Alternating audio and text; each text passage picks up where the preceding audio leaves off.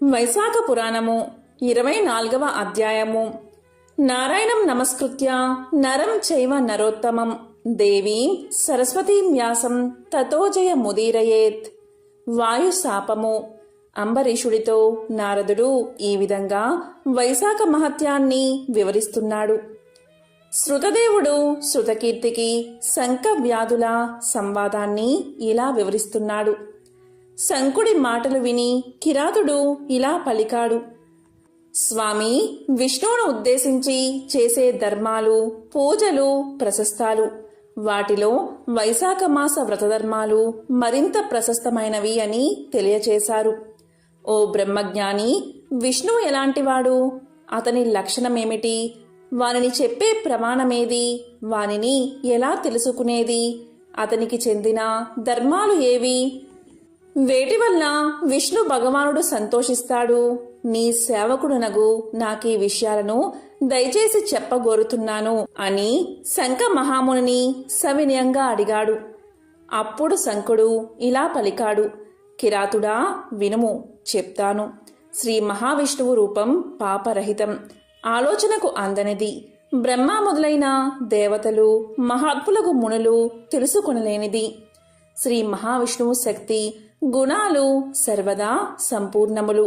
నిశ్చయంగా సమస్తానికి అధిపతి. గుణరహితుడు, నిష్కలుడు, అనంతుడు, సచ్చిదానంద రూపుడు. చరాచర స్వరూపం సాటి లేనిది. దీనికి అధిపతి, ఆశ్రయము శ్రీ మహావిష్ణువే. ఇవన్నీ పోయినా శ్రీహరి స్థానం పోదు. ఆయన నిత్యుడు. ఉత్పత్తి, స్థితి, సంహారము, ప్రకాశము, బంధ మోక్షాలు, వీటి ప్రవృత్తులన్నీ నివృత్తులను పరమాత్మ వలె జరుగుతాయి. ఇదే పరబ్రహ్మ లక్షణము. ఇతడే పరబ్రహ్మ అని జ్ఞానుల అభిప్రాయం. జ్ఞానులు శ్రీమన్నారాయణుడే పరబ్రహ్మ అంటారు. చతుర్ముఖ బ్రహ్మ మున్నగు వారిలోని బ్రహ్మ పదం చతుర్ముఖాదులకు సార్థకం కాదు. పరబ్రహ్మగు శ్రీమన్నారాయణుడి అంశను భాగాన్ని పొందిన చతుర్ముఖ బ్రహ్మాదులు పరిపూర్ణమగు పరబ్రహ్మ పదానికి వాచ్యులు ఎలా అవుతారు? కారు. జన్మాద్యస్యతః అనే సూత్రం వల్ల శ్రీమన్నారాయణుడే సర్వవ్యాపకమగు పరబ్రహ్మ పదార్థమని వేదాంతం కూడా నిర్ణయించింది. శాస్త్రాలు, వేదాలు, స్మృతులు, పురాణాలు, ఇతిహాసాలు, పంచపాత్రాది ఆగమములు, భారతము మున్నగు వాటి చేతనే పరబ్రహ్మగు శ్రీమన్నారాయణుడి తెలుసుకోవడం వీలవుతుంది. మరి వేరే విధంగా తెలుసుకోలేము. కాబట్టి వేదాలను ఎరగని వారు పరబ్రహ్మగు శ్రీమన్నారాయణ్ణి ఎరగలేరు. పరదైవము వేద వేద్యుడు సనాతనుడు అయిన శ్రీహరిని ఇంద్రియాదుల చేత, అనుమానాది తర్కాల చేత తెలుసుకోవడం సాధ్యం కాదు. ఇతని అవతారములను, కర్మములను తమ బుద్ధి కొలది తెలుసుకుని సర్వజీవములు ఆయన అధీన వృత్తులై ముక్తిని పొందుతున్నాయి. శ్రీహరి మహిమను క్రమక్రమంగా తెలుసుకోవాలి. సర్వశక్తి సంపన్నుడు శ్రీహరి. దేవతలు, ఋషులు, పితృదేవతలు మున్నగువారు ఒక్కొక్క విధమైన శక్తినే కలిగి ఉంటారు. బలము, జ్ఞానము, సుఖము మున్నగివి ఉండడం వల్ల ప్రత్యక్ష, ఆగమ, అనుమానాది ప్రమాణాలచే సర్వ ప్రాణుల్లో మనుషుడు ఉత్తముడని తెలుసుకోవాలి. అలాంటి మనిషి జ్ఞానం కంటే జ్ఞానాదులు ఉండడం వల్ల రాజు 100 రెట్లు గొప్పవాడు. అలాంటి రాజు కంటే మనుష్య గంధర్వులు 100 రెట్లు గొప్పవారు. తత్వాభిమానులకు దేవతలను మనుష్య గంధర్వుల కంటే 100 రెట్లు గొప్పవారని తెలుసుకో. అలాంటి దేవతల కంటే సప్త ఋషులు గొప్పవారు. సప్త ఋషుల కంటే అగ్ని, అగ్ని కంటే సూర్యుడు, సూర్యుడి కంటే గురువు, గురువు కంటే ప్రాణము, ప్రాణము కంటే ఇంద్రుడు మిక్కిలి గొప్పవారు. అలాగే బలవంతులు. ఇంద్రుని కంటే గిరిజాదేవి, ఆమె కంటే జగద్గురువైన శివుడు, శివుని కంటే మహాదేవి అయిన బుద్ధి, బుద్ధి కంటే మహాప్రాణం గొప్పవి. అలాంటి మహాప్రాణం కంటే గొప్పది ఏదీ లేదు. ఆ ప్రాణం నుండే సర్వము ఉన్నది. ఆ ప్రాణం నుండే ప్రాణాత్మకమగు విశ్వమున్నది, పుట్టింది. సర్వము ప్రాణమునందే కూడి ఉంది. ప్రాణం వల్లే సర్వము కదులుతుంది. నల్లని మబ్బువలే ప్రకాశించు నీ ప్రాణమును సర్వాధారమని పెద్దలు చెబుతున్నారు.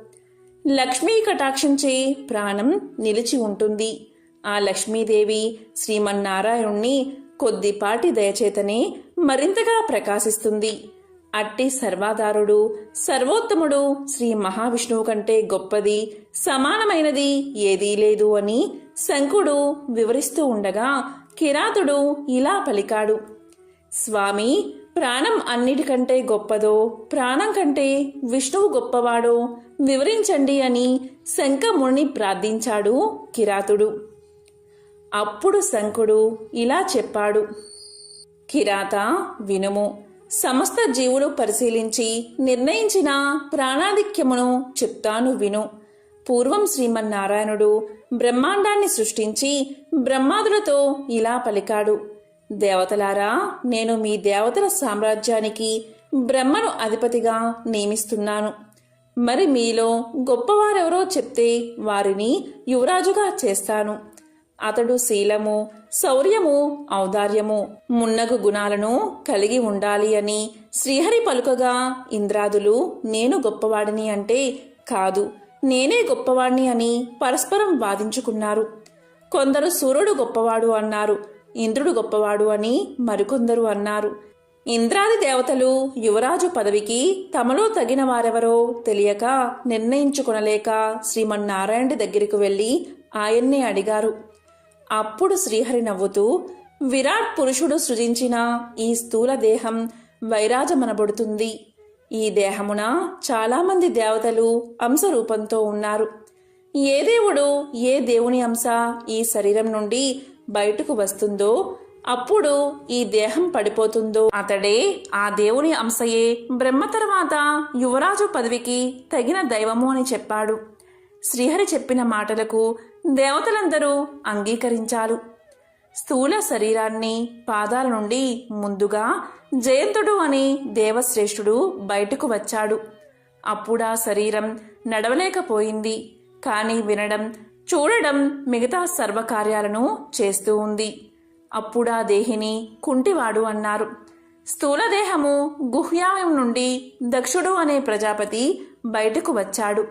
శరీరం పడిపోలేదు. వింటున్నాడు, చూస్తున్నాడు, పలుకుతున్నాడు, గాలిని పీలుస్తున్నాడు. తరువాత హస్త ప్రదేశం నుండి ఇంద్రుడు బయటకు వచ్చాడు.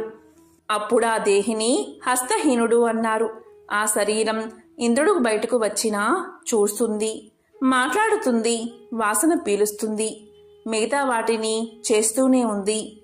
తరువాత కన్నుల నుండి సూర్యుడు బయటకు వచ్చాడు.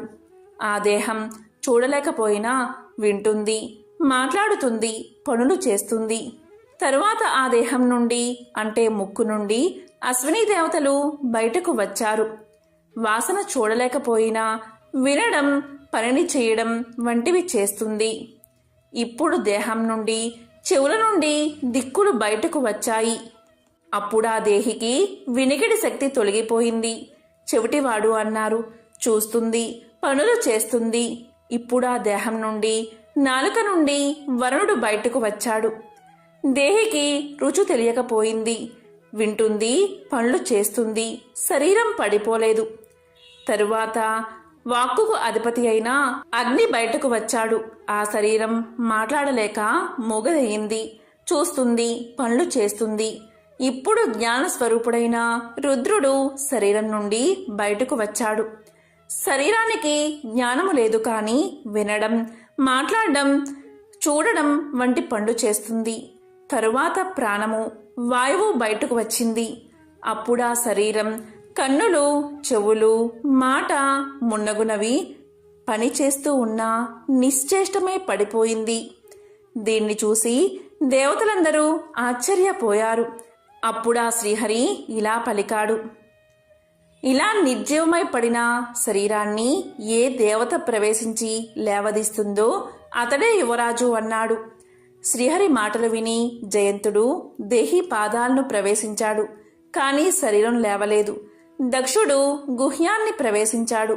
శరీరం లేవలేదు. ఇంద్రుడు హస్తాల్లో ప్రవేశించాడు. శరీరం లేవలేదు. సూర్యుడు కన్నుల్లో ప్రవేశించాడు. కానీ శరీరం లేవలేదు. దిక్కులు చెవుల్లో ప్రవేశించాయి, కానీ శరీరం లేవలేదు. అగ్ని ప్రవేశించాడు, కానీ శరీరం కదల్లేదు. రుద్రుడు మనసులో ప్రవేశించిన కళేబరం కదల్లేదు. తరువాత ప్రాణం ప్రవేశించగా శరీరం లేచింది.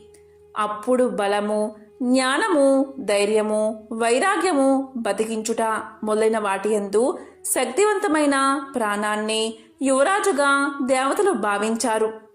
శరీరం జీవించడానికి కారణమైన ప్రాణమే సర్వాధికమని పలికారు. ఈ ప్రాణం తన అంశలచే పూర్ణ భాగం చేత ప్రపంచమంతా వ్యాప్తమై ఉంటుంది. ప్రాణహీనమగు జగత్తు లేదు. ప్రాణహీనమగు ప్రాణి ఈ సృష్టిలో లేదు. అలాంటి ప్రాణహీనానికి వృద్ధి లేదు. ప్రాణము లేనిదే ఏదీ ఉండదు. కావున ప్రాణం సర్వజీవుల కంటే అధికం. దాన్ని మించిన బలం ఇంకొకటి లేదు. ప్రాణం కంటే గొప్పవారు, సమానులు ఎవరూ ఉన్నట్లుగా ఎవరూ చెప్పలేదు, చూడలేదు. ఈ విధంగా శంఖమహాముని పలికాడు. ఆ మాటలు విని కిరాతుడు ప్రసన్నం మనుష్కుడై సమనీయంగా మరలా ఇలా అడిగాడు.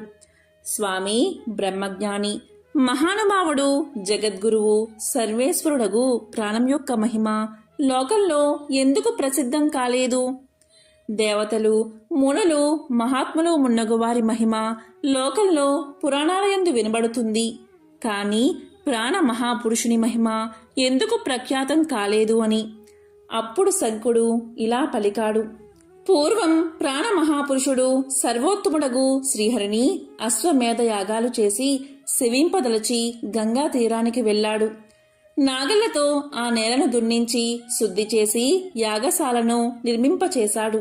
నాగలచే దున్నుతూ ఉండగా పుట్టను తపస్సు చేసుకుంటున్న కన్వ మహామునికి నాగలి తగలడం వల్ల తపోభంగమై కోపగించాడు. పుట్ట నుండి వెలుపలికి వచ్చి కోపగించి తనకు విజ్ఞాన్ని ఆవరించిన ప్రాణపురుషుణ్ణి చూసి, ప్రధానుడిని గర్వించిన నీవు నా తపానికి విజ్ఞాన్ని ఆచరించితివి, కాబట్టి నీకు ముల్లోకాలయందు ప్రఖ్యాతి ఉండదు, భూలోకంలో మరింతగా ప్రఖ్యాతి ఉండదని శపించాడు. శ్రీహరి అవతారాలు ప్రసిద్ధాలు కాని నీవు మాత్రం ప్రసిద్ధుడు కావని శపించాడు.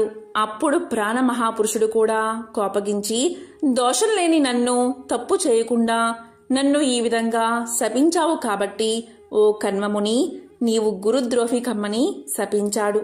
నీ ప్రవృత్తినందరూ నిందిస్తారని పలికాడు. కన్వముని శాపం వల్ల ప్రాణ మహాపురుషుడు భూలోకంలో ప్రసిద్ధుడు కాలేదు. కన్వుని ప్రాణశాపం అనుసరించి తన గురువు భక్షించి సూర్యుడికి శిష్యుడయ్యాడు. కిరాత, నీవడిగిన వాటన్నిటినీ చెప్పాను. ఇంకా అడగవలసిందేమైనా ఉంటే అడగమని శంకుడు పలికాడు అని శృతదేవుడు శృతకీర్తి మహారాజుకు చెప్పాడు. ఈ విషయాన్ని నారదుడు అంబరీషుడికి వివరించాడు. వైశాఖ పురాణము 24వ అధ్యాయము సంపూర్ణం.